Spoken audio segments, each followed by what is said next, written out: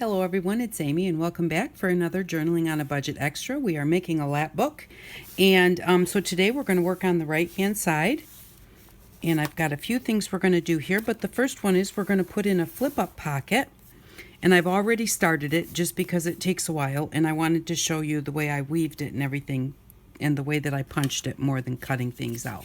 So this I just made out of Braille paper. I have some and I really think it's pretty cool. And I just cut my pocket where I could tape it in and it would, be above the little pocket that I have down here, and just whatever size you want to cut it. So I cut this one at about 4 3/4 inches. Now what I want to do is I want to have my holes a 1/2 inch apart. And so when I hold this up here, what's going to happen is if I were to start right at the top and punch it a 1/2 inch, I'm going to wind up at my 4 1/2 inches is going to be right here on the edge, right on the very edge. So either my last hole would be way up here or I need to adjust a little bit. So what I'm going to do, since that 4 1/2 inch mark is right down towards the bottom, I'm just going to move my whole ruler up a 1/2 inch, and then I am just going to punch the first hole at 1/4 inch, and then my last hole from 4 1/2 to the last hole, or to the bottom, will be 1/4 inch. So that way it will be, the holes will be closer to the top and the bottom. So I just adjusted it, but my holes will be a 1/2 inch apart other than the top, and even the top one I will punch it at 1/4 inch from the top, but then it will be a 1/2 inch, 1/2 inch, 1/2 inch all the way through. Well, I'm going to punch it at, how do I want to say this? I moved my ruler up 1/4 inch so that it makes it easier for me to punch. So I'm going to punch it at a 1/2 inch, which then is just 1/4 inch from the top. And then 1 inch, 1 1/2 inches, 2, 2 1/2, 3, 3 1/2, 4, 4 1/2. And when I punch it at 4 1/2, I'm going to be 1/4 inch from the bottom. Now you can just mark this. For me, it's just as easy just to take my punch, and I just put a little line on my hole, above my hole, so I know right where the center of my hole is. And so I just line that little line up on my hole. Move my ruler back just a little bit because I want to push my punch all the way in so that all my holes are equal distance from the edge. So I'm going to push my punch all the way in. Make sure that I've got my ruler lined up well. Oh, okay, and I'm just going to punch at 1/4 inch, and so then I'm going to go every 1/2 inch at 1 inch, 1 1/2, 2, 2 1/2,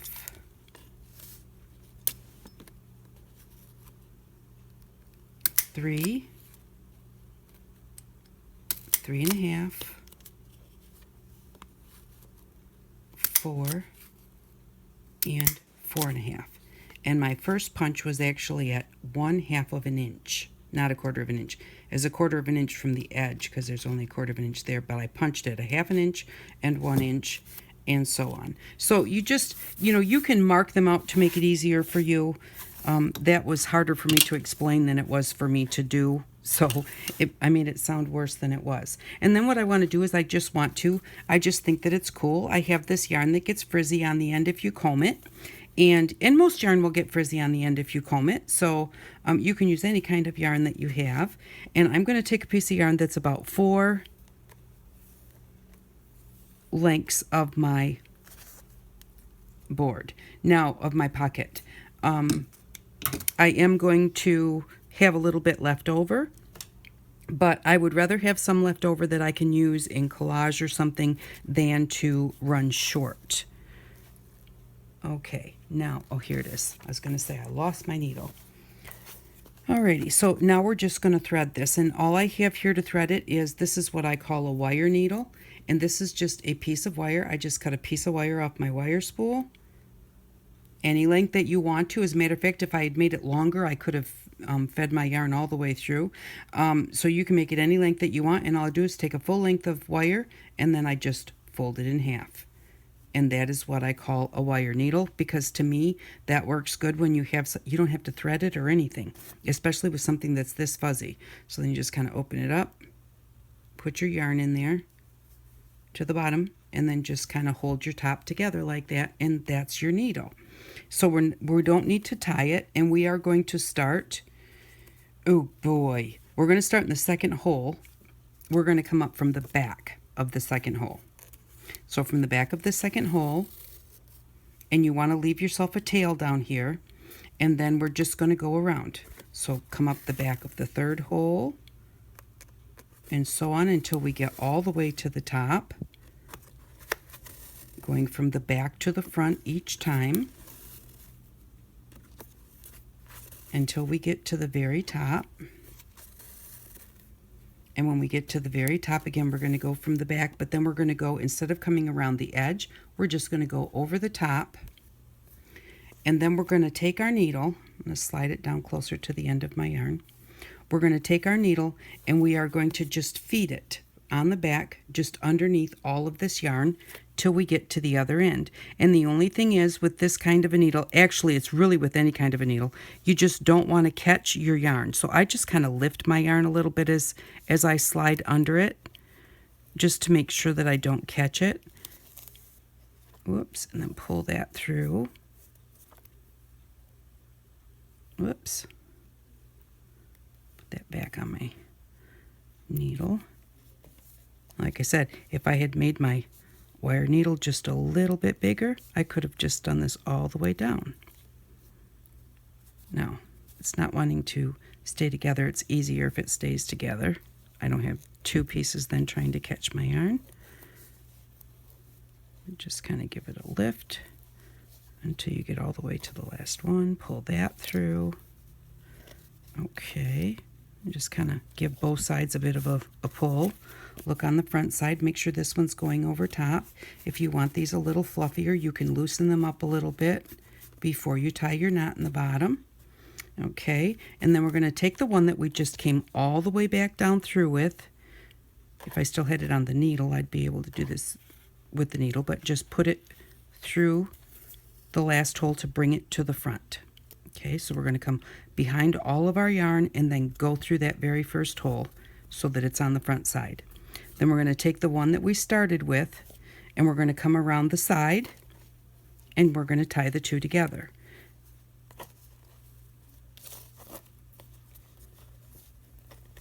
Right above our hole.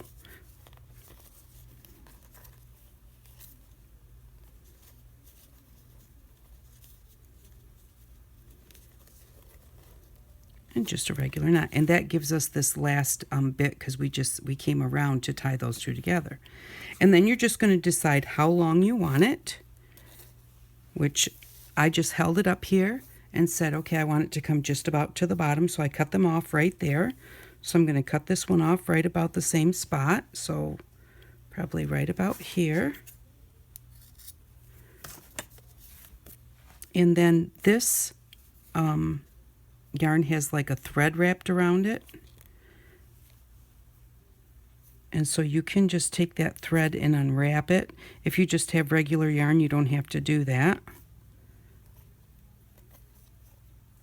but you can just take that piece of, it's just a piece of string, and that's what keeps it together instead of the yarn being wound around itself. Okay.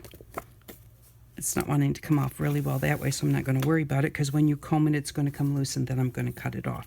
And then all you do is just take a comb, you know, any kind of a comb. I find that the ones with the thinner teeth work better to comb any type of a string or yarn when you want it to fray. So I'm just going to go like that. Get up to the top so I can loosen up that little piece of thread.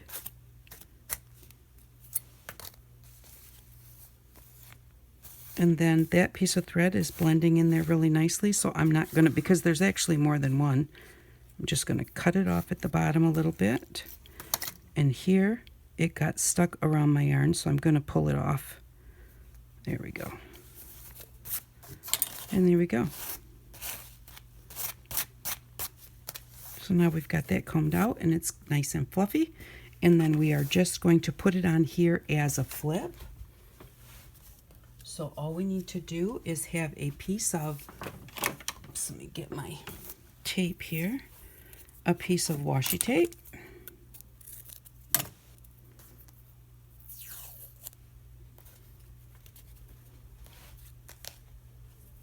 And then I'm going to make it just about as wide as between the holes.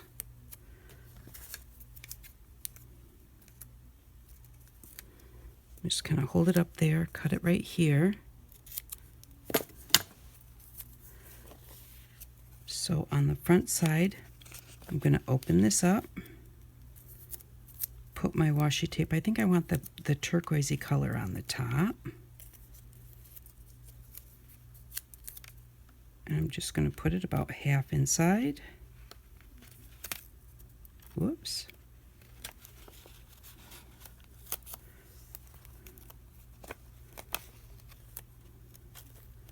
Well, I'm just all fingers. Just going to try and keep that lined up. And I'm a little bit too long, so I'm going to cut some off of here. Try and make sure I do it straight.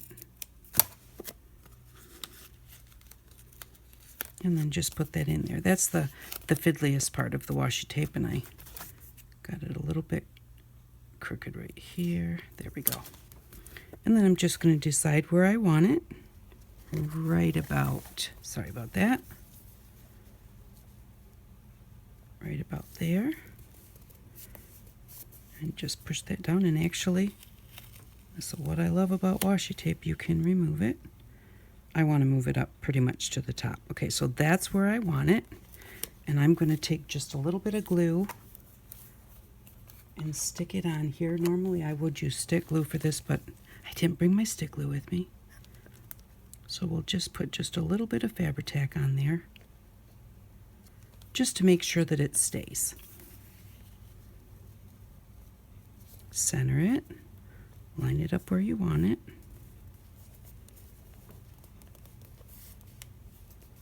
And then just push it down. And then I'm going to flip it over, give it a good press, and I'm going to cut another piece of washi tape to put on the back. Put just a little tiny bit of glue here.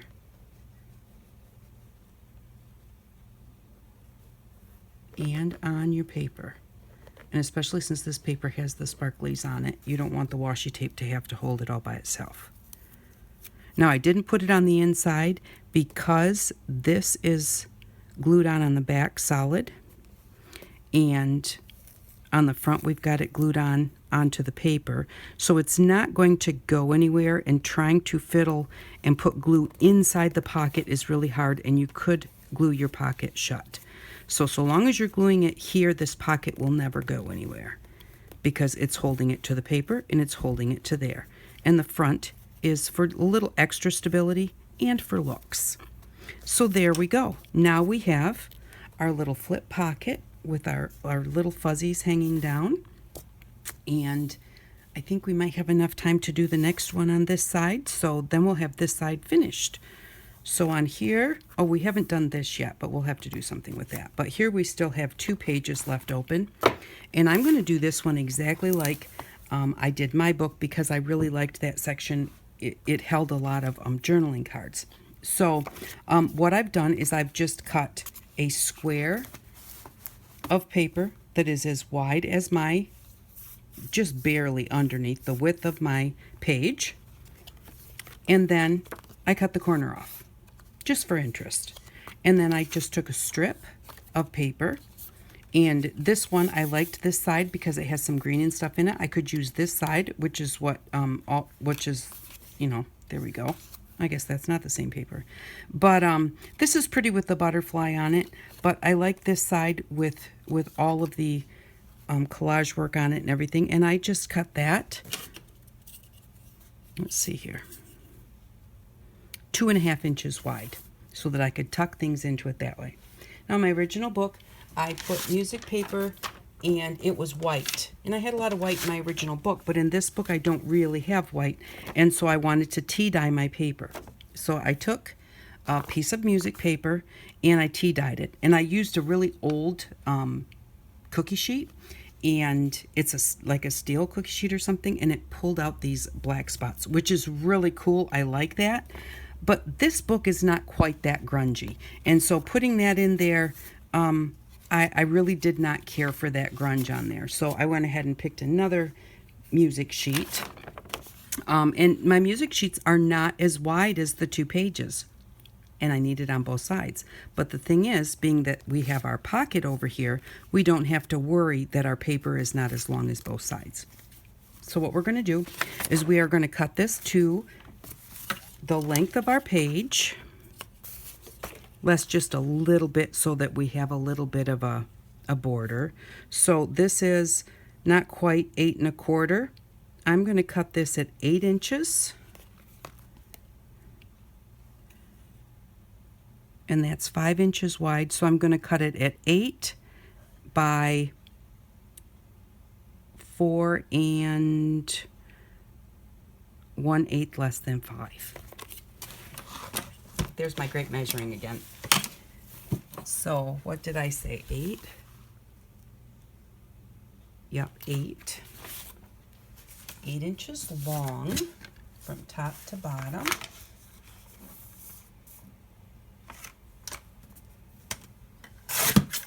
And then 4, just 1/8 less than 5.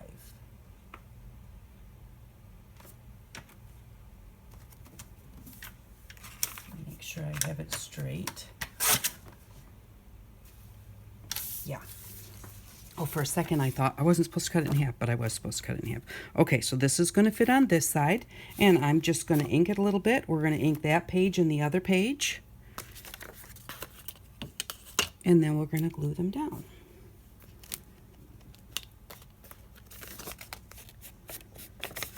So I could have cut this beforehand, but I just, wanted to kind of get the measurements.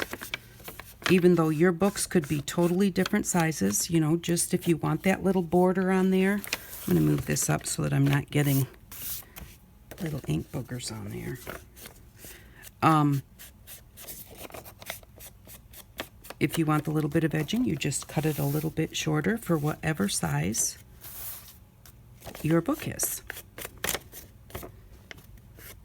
And I am giving you measurements on this, but that's just the thing to remember, is that just measure it to whatever size your book is. So there's that one. And then the other piece is here. So we're going to edge this one too. I don't need to edge this side because that's going to be under our pocket.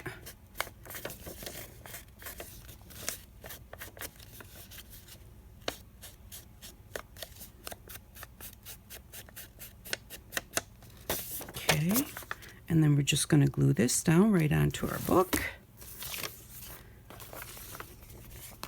And then I do have some journaling cards that I got on clearance, and I'm going to put those in here. But if you don't have journaling cards, remember, just use a piece of cardstock, cut it into whatever size you want your journaling cards to be, and then on one side you just leave it for writing, and on the other side you decorate it. Whether you decorate it with collage, or whether you cut a picture out of a book that you like and glue it to the cardstock to make it...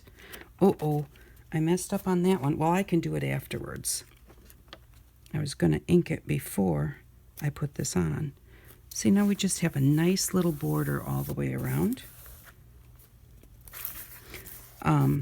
But yeah, so just because I'm going to put journaling cards in this one, you don't have to have journaling cards. You just have to,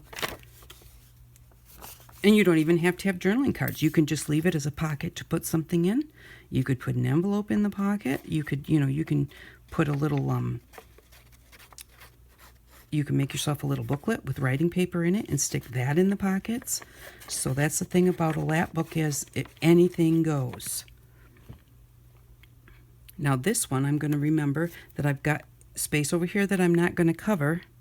So I just want to leave about the same gap from the center. Make this one over as far as this one is over this way. And top and bottom, line up my corners. because then my music paper lines up. And there we go. And now we'll go in and put our edging on our book. And right here, it's not going to edge anyways because that's where our tape is. I put it on there anyways. I don't know. It's just me. But yeah, on all of these folded edges, it does not take it doesn't really take the ink very well, but it kind of dulls it down a little bit. And then we'll just do this one here.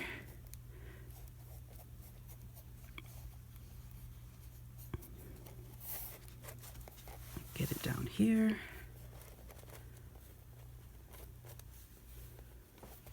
Get it on this side. And I'm not going to worry about the back there because that's where our pocket will be. Alrighty, and then we're just going to edge these two pieces and glue them in. Now, if you want to, you can round the edges of your pocket, or you can leave them straight. Sometimes I like to round the top edge of my pocket, but if I have square corners on my page, leave whatever's touching that corner, leave that square. And I'll show you what I mean by that, because I'm going to do it on this one. So I just want to go ahead and I want to round, this is the top of my pocket because my writing goes this way, so I want it in like that. So I'm going to take the top of my pocket and just round those corners.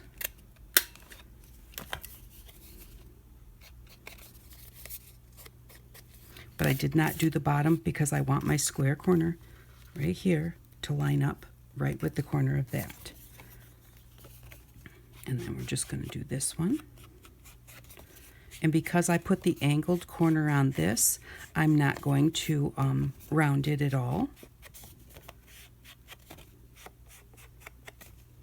And because this pocket is so short right here, that one I'm not going to put like the little half round in like we do in a lot of our pockets because it's so short we don't really need to do that.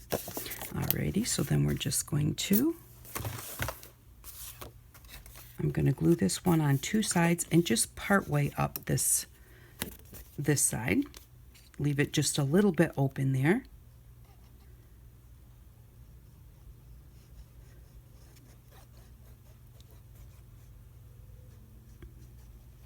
So we'll just get this glue on here.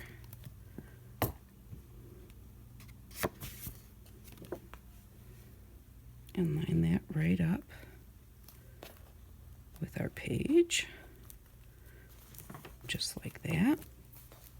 Now we've only got half of it glued here, and then we've glued all along the bottom and all along the inside so that we have a pocket here. And then we're going to take this one. What do you think? No, I still like that side better. That's a hard one. So on this one, I'm just going to kind of start at the rounded corner.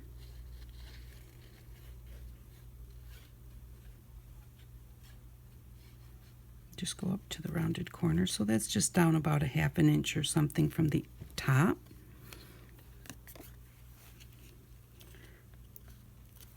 I'll line that right up with the edge of my page.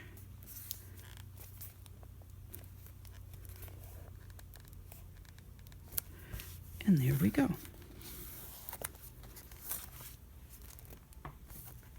So there, now we have a nice long tuck pocket, and then we have a tall tuck pocket, you know, something you can put something taller in. Well, this one you can too, just going this way.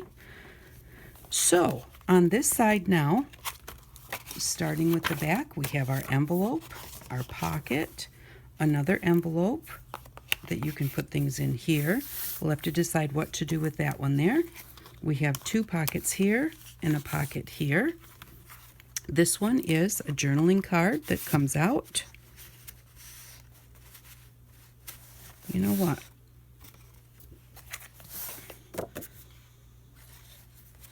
You need to put it in straight if you want to get it in there. Okay.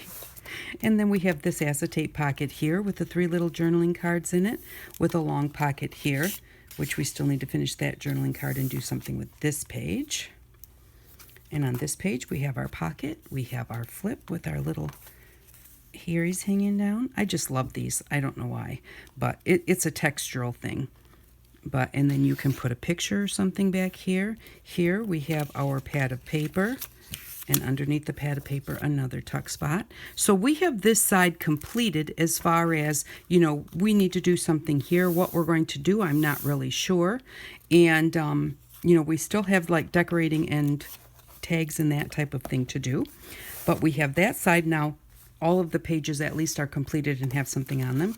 So on this side, we just have to, let's see here. We're all the way done up to there. So we have got this and this.